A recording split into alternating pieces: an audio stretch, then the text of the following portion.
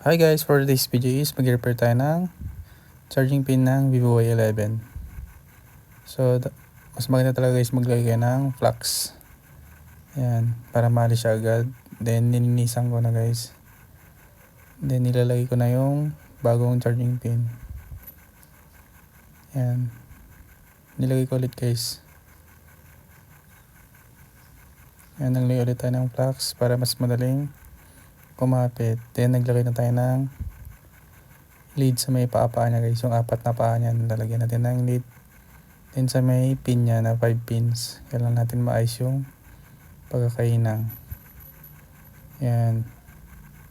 So after nun is, bali tinest ko na.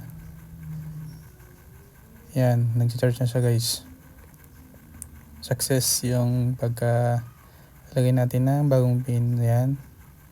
Then ibabalik na natin yung mga cover niya. So, yun lang guys. Thanks for watching.